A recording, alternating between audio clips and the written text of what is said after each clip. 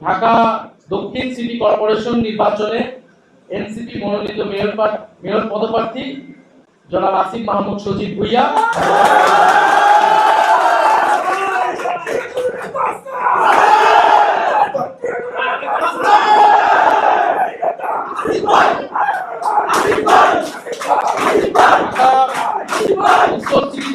ঢাকা উত্তর city corporation নির্বাচনে NCP মনোনীত মেয়র পদপ্রার্থী জনাব আরিফুল ইসলাম আদিব।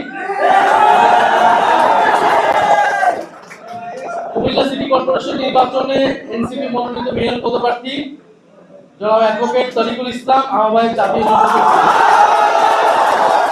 রাজশাহী সিটি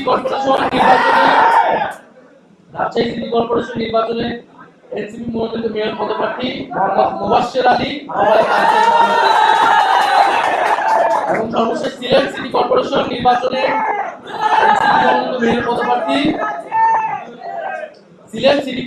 নির্বাচনে এনসিপি মনোনীত মেয়র পদপ্রার্থী অ্যাডভোকেট আব্দুর রহমান আফজাল, আহ্বায়ক সিলেট মহানগর এনসিপি। আমরা 5টি সিটি কর্পোরেশনের আমাদের প্রাথমিক তালিকা ঘোষণা করছি এবং আমরা অতি দ্রুত সময়ের মধ্যে আমাদের বাকি সিটি কর্পোরেশন এবং সারা দেশে আমাদের উপজেলা এবং পৌরসভার যারা পদপ্রার্থী হবে তাদের নামও দ্রুত ঘোষণা করে দেওয়া হবে।